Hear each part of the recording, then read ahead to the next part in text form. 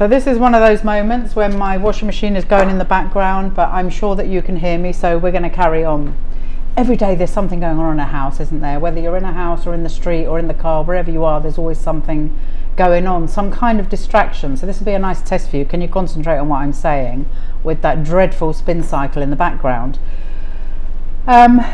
This is in answer to a question. It was a private question, so I'm not going to mention any names, but this one really is about still getting angry. So you've done the mastery at least once, some people have done it twice.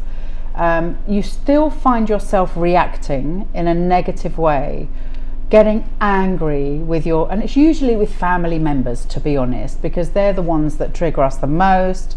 They're the ones we have most history with. So it's usually with family members. In this particular case, it was this particular client was getting angry with one of her siblings because she just finds that all the pressure is on her to resolve everything for that sibling. Now, there's two things to think about here. So the first one is, maybe you've done that in the past, but you've taken it upon yourself. So you have to think about what role you play in your sibling's life. That's the first thing. So maybe your sibling is so used to you resolving all of their issues for them and making life easier for them and accommodating their problems that you've got to the point now where you just don't want to play that role anymore. So they haven't changed, you have. And it's important that you understand this. So if you've changed, why are you getting angry with them? They're the same as they've always been. They haven't changed. So you're the one that's been through this self-improvement program. You're the one that's changed what you want to do and what you want to be to them. You've changed. And that's great because you've defined your boundaries. But don't blame them for the changes that you've made in yourself. They're just being themselves. Let them be themselves. And I think some of your anger may be at yourself because you're no longer feeling that you're in control of the situation. So I think I can kind of relate to this because, you know, in my family there's been times where I felt I've got to sort everybody's problems out, and it's not my job. Like, it's just not my job. But I seem to, although I was the youngest, I did seem to get quite a lot of pressure put on me to help everybody, and part of that was from my mum asking me to help people, and part of it is just because you love your siblings and you want to help them and you don't really want them to suffer. But you do get to the point where that all becomes overwhelming. You reach your own overwhelm and you realize that the only person that can resolve that is you.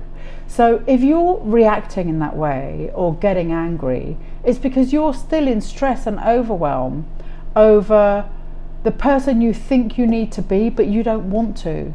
So there's lots of things going on there. I think you've changed the role that you want to play. That's the first thing. You've changed the role that you want to play in your sibling's life. Okay, you've done that based on defining your boundaries. So all of these things are really good and really positive. Okay, and now you're beating yourself up about it. Why are you doing that? Stop. You've defined your boundaries, which are very important to you, for your health and well-being. So be happy that you've done that and stand by it. The rest is a story that you're creating based on an old belief. So don't react to their comments. Don't feel responsible for them or for providing for them or for trying to help them or trying to resolve all of their issues. You know, if they're grown-ups, they're a grown-up. So let them resolve their own issues. It's not your job. Stop thinking it's your job. That's part of the problem. And I know this from experience because I was the same. I thought it was my job to help everyone and sort everybody out and make sure everybody was okay. It's not your job. So just stop doing it. The reason you're getting angry is because you feel that you need to be a person that you don't resonate with anymore. That's a disconnection that we often feel. You know, that's what leads to addiction and stuff like that. you need to soothe yourself in some way, and that's because you're not being authentic. You're not being the person that you really want to be. So stick with your authenticity. Stick with the decisions that you've made. Be happy with your boundaries and live by them, and don't feel guilty about any of it. Why should you?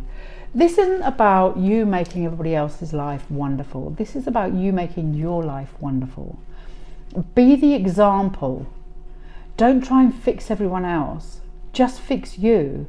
Live your life in the way that you want to, in a way that makes you happy. And don't worry about what other people think of it.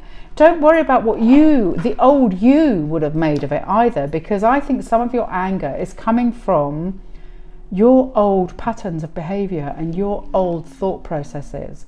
So recognize that and flip those thoughts as well. I hope this has helped.